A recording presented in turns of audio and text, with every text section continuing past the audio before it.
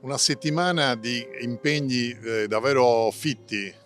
con 2 giorni ad Okinawa dove si sono strette relazioni finalizzate a creare un accordo, un nuovo prodotto che leghi le 5 zone in cui c'è la maggiore incidenza di centenari e di centenari che vivono bene. Vogliamo creare un prodotto sulle Blue Zone che è frutto di un accordo che speriamo di stipulare in Sardegna tra i governatori delle 5 regioni, California, Costa Rica, un'area della sud del Costa Rica, l'isola di Caria, l'isola greca di Caria e poi naturalmente Sardegna ed Okinawa,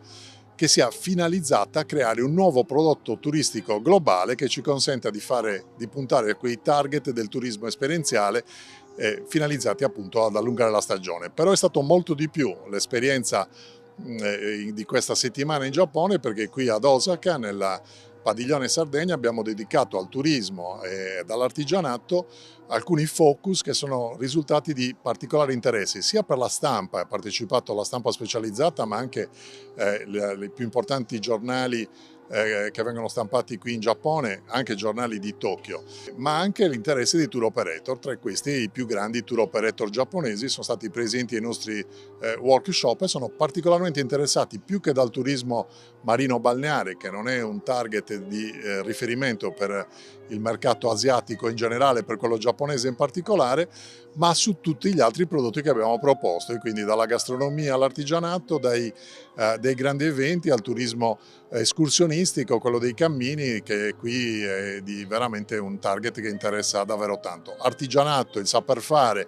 gli artigiani che abbiamo portato qui e che si sono alternati per una settimana intera